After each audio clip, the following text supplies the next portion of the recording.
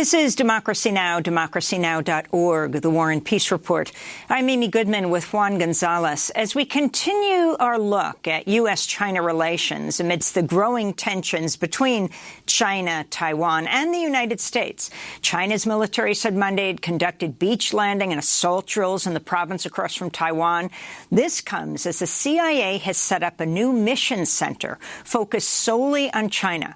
On Thursday, CIA Director William Burns described China as, quote, the most important geopolitical threat facing the United States. For more, we bring you part two of our conversation with Ethan Paul, research associate at the Quincy Institute for Responsible Statecraft, where he focuses on U.S. China relations. He's a former reporter with the South China Morning Post in Hong Kong. His recent piece is headlined, Biden Doesn't Understand the New Cold War.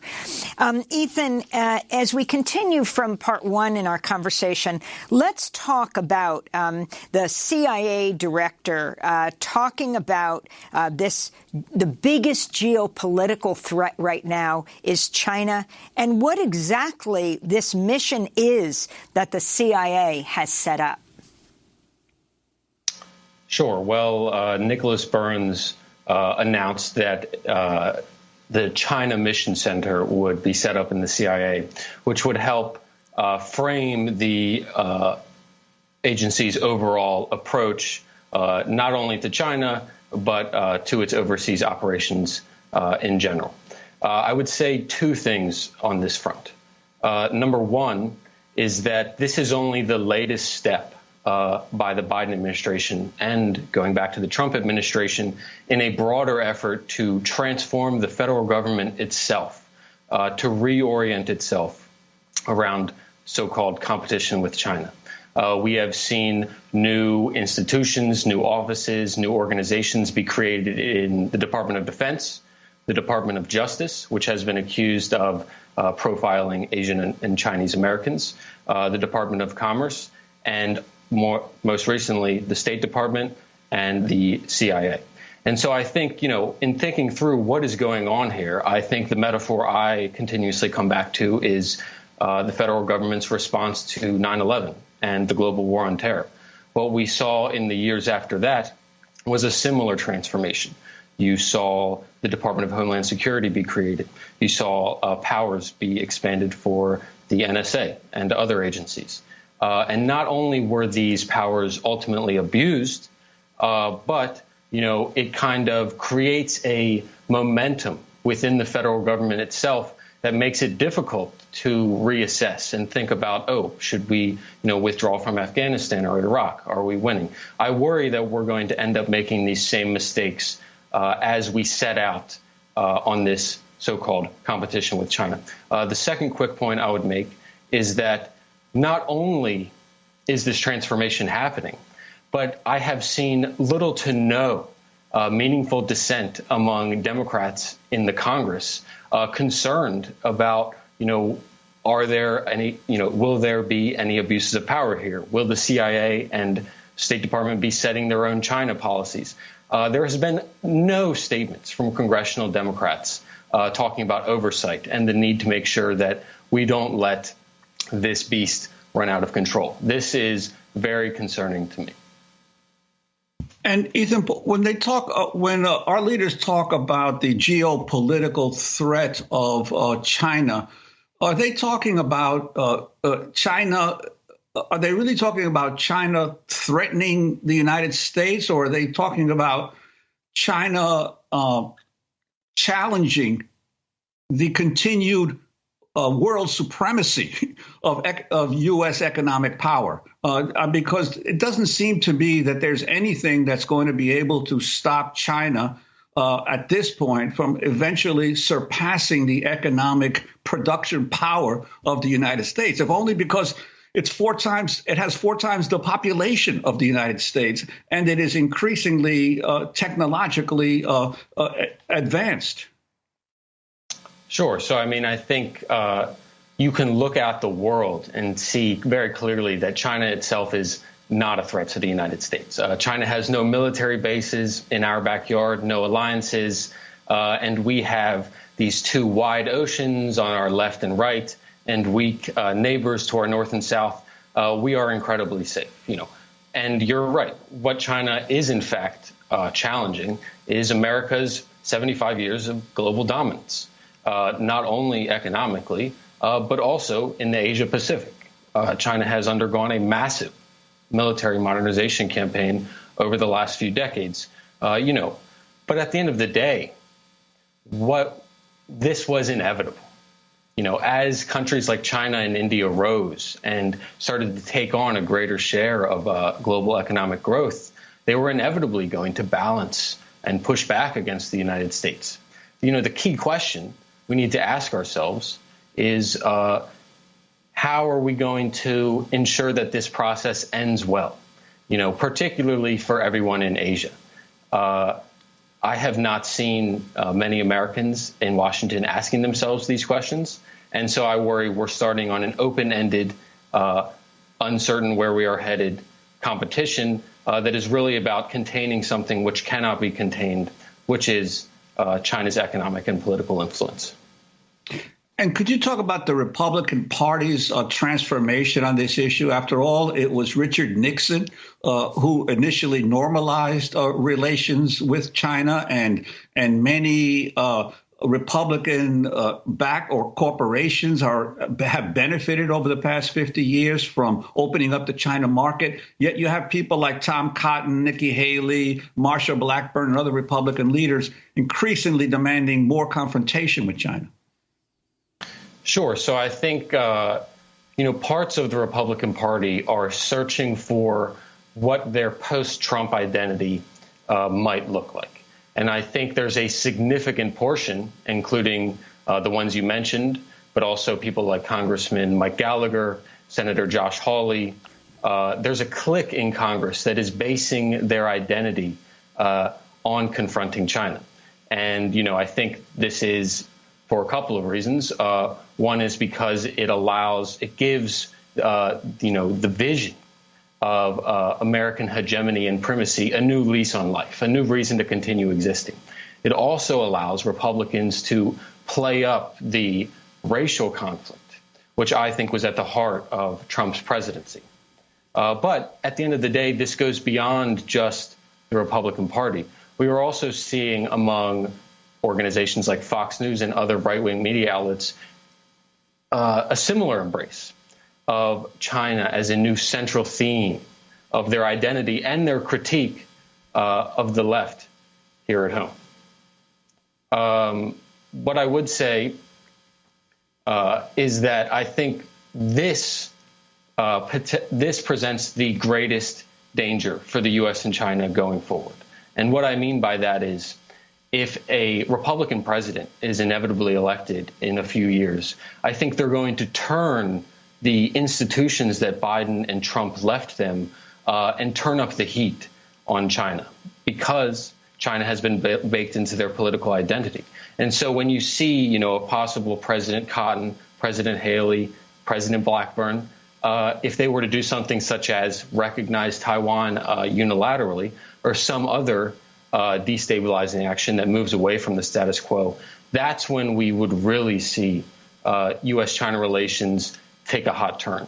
I'm not so worried under Biden. I am more worried about the direction the Republican Party is taking it and will take it when they get back into power. Can you explain what the Taiwan Relations Act is? Yeah. So in 1979, the U.S. and China established diplomatic relations. And for that to happen, the United States said, OK, we no longer recognize Taipei as the government of China. We now recognize Beijing, and we acknowledge that the two sides have this political disagreement and would like to see it peacefully reunified. At the same time, there were some promises made to Beijing about, removing American troops, removing the Mutual Defense Treaty with Taiwan, lowering arms sales over time, etc. And so what the Taiwan Relations Act was the congressional response to the deal that Washington cut with Beijing. Congress looked at it and said, we don't like this. We think this sells Taiwan out. And so the Taiwan Relations Act dictates, what the United States, what U.S. policy towards Taiwan has been since it was passed in the 80s. And that involves maintaining unofficial diplomatic relations with Taiwan, continuing to sell it military equipment, and being very concerned if there were to be a unilateral change across the status quo. This is the foundation which has kept the stability across the Taiwan Strait for the last 40 years. It is now being eroded by both Beijing and Washington. And I think this is the hottest flashpoint for the two sides going forward. And can you talk about the transformation taking place in the U.S. federal government, in DOD, the Pentagon, CIA, Department of Justice, reorienting themselves, focusing much more on China and what this means for policy and possibly from Cold War to hot war? Sure. So, as I mentioned, we've seen, going back to the Trump administration, we saw various parts of the federal government transform themselves. The Department of Defense opened a new office specifically focused on China. The Department of Justice and the FBI started what's called the China Initiative, which seeks to ferret out so-called Chinese influence in academic and research institutions. We saw the Department of Commerce really bolster its focus on China during the trade war. And now during the Biden administration, we've seen the State Department announce new offices and institutions focused on China. And most recently, we've seen the CIA. And so when the federal government is a massive institution, and so when all of these transformations are happening simultaneously, it creates a momentum in policy very similar to the momentum we saw in the global war on terror and in things like the war on Afghanistan, that makes it very difficult for dissenting voices to be heard, for alternative perspectives on the relationship to be engaged, and ultimately for U.S. policy to be changed. But I would also note that this goes beyond just the federal government. You can also look at, the Air Force and the military-industrial complex. They are also increasingly embracing China as a central part of its message. Air Force Secretary Kendall is very famous for saying that the weapons he wants are designed to scare China. Companies like Lockheed Martin have embraced great power competition as a way of selling the need for continued funds from Congress.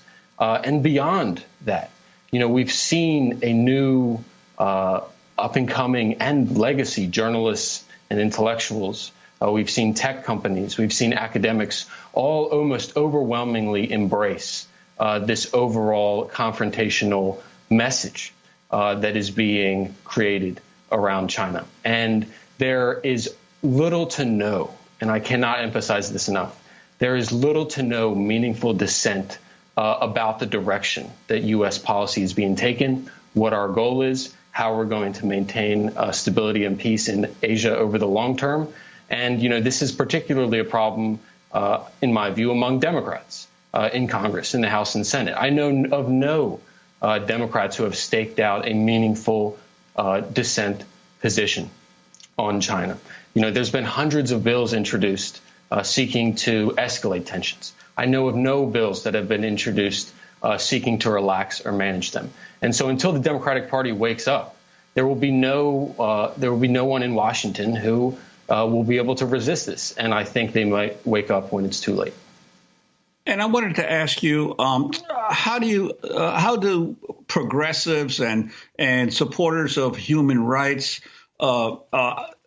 how are they able to support or oppose the crackdowns on democracy activists in Hong Kong and the actions of China against the Uyghurs, while at the same time opposing the belligerence and the confrontational policies toward U.S. China relations?